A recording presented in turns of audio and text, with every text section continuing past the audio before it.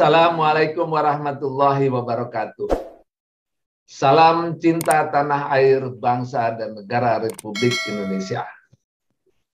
Para sahabat, kita lanjutkan pembelajaran dan pendidikan kita dengan serial Mahdi, seri ke-18 dengan tema Salat dan Akhlak. Jadi pelajarannya adalah apa hubungan antara sholat dan akhlak. Para sahabat, memang timbul pertanyaan di masyarakat kita. Apakah betul kalau sholat itu mempengaruhi akhlak? Atau sholat itu bisa memperbaiki akhlak? Nah, ternyata para sahabat di lapangan kita banyak menyaksikan orang-orang yang sholat akhlaknya tidak berubah. Bahkan semakin dia rajin sholatnya, malah akhlaknya sama sekali tidak ada perubahan itu. Banyak kita menyaksikan seperti itu. Sehingga timbul tanda tanya, apakah benar sholat itu bisa memperbaiki akhlak? Nah, para sahabat, kalau itu yang ditanyakan, memang kita juga mengakui keadaan seperti itu. Karena memang salat orang itu tidak sama. Di dalam Al-Quran dijelaskan salat itu ada 6 macam.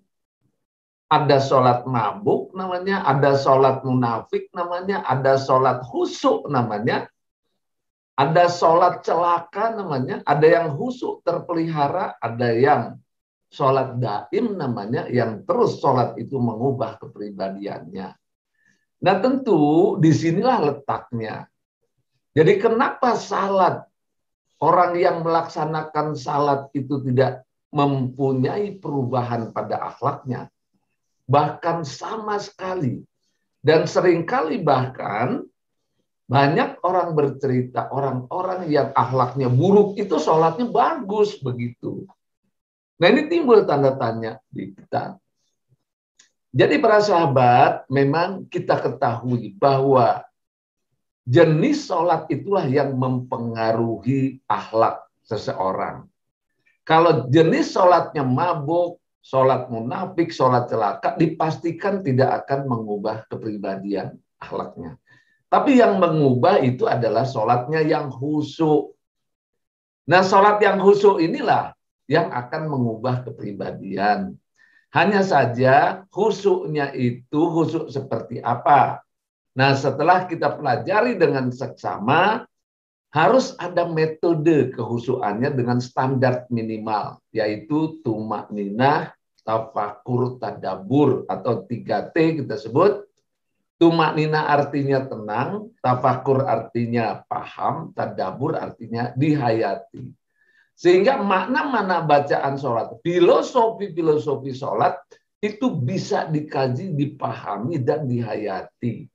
Karena sholat itu dilakukan terus-menerus, maka insya Allah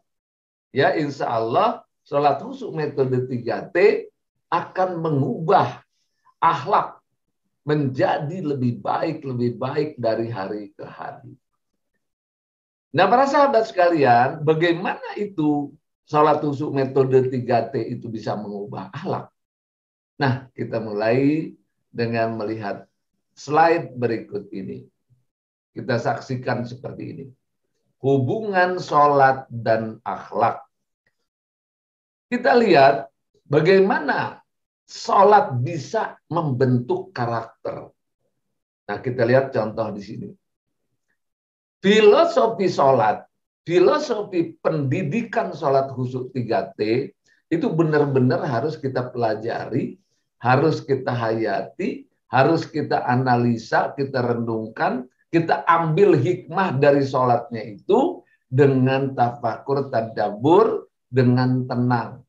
Nah, ternyata setelah kita renung-renungkan, kita hayati betul, kita cari maknanya, ternyata ini yang terjadi para sahabat sekalian. Orang-orang yang sholatnya khusyuk, ya niatnya ikhlas karena Allah. Pada saat dia sholat benar-benar dia menghayati keikhlasannya kepada Allah. Dia paham keikhlasannya kepada Allah.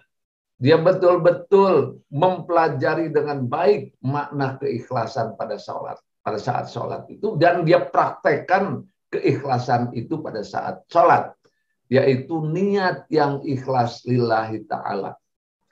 Nah, karena ini dilakukan terus-menerus akan melahirkan karakter yang jujur dan benar. Jadi karakter yang terbentuk itu adalah jujur dan benar yang diawali dengan ikhlas itu. Nah, kemudian kita lihat lagi orang-orang sholat, ya orang-orang sholat itu ada bacaannya. Pada saat kita harus sholat, kita harus memahami maknanya, memahami artinya, memahami gerakannya, kemudian memahami seluruh makna-makna dalam sholat itu. Dituntut kita untuk selalu belajar. Ya, bacaan sholat yang kita terus-menerus baca begitu banyak itu dituntut untuk selalu belajar, dan belajar. Nah, akhirnya timbullah kesadaran untuk terus belajar. Maka karakter yang terbentuk adalah belajar, senang belajar. Nah, kemudian kita lihat lagi di dalam sholat kita selalu bergerak, duduk, berdiri, ruku, sujud, dan sebagainya. Di dalamnya itu sambil bergerak juga berdoa. Nah, ini kalau kita ambil hikmah pelajaran dari filosofi sholat, maka dalam kehidupan sehari-hari, teruslah bergerak, teruslah bekerja, teruslah beraktivitas, jangan berhenti, yang di dalamnya juga disertai dengan doa, dengan keikhlasan.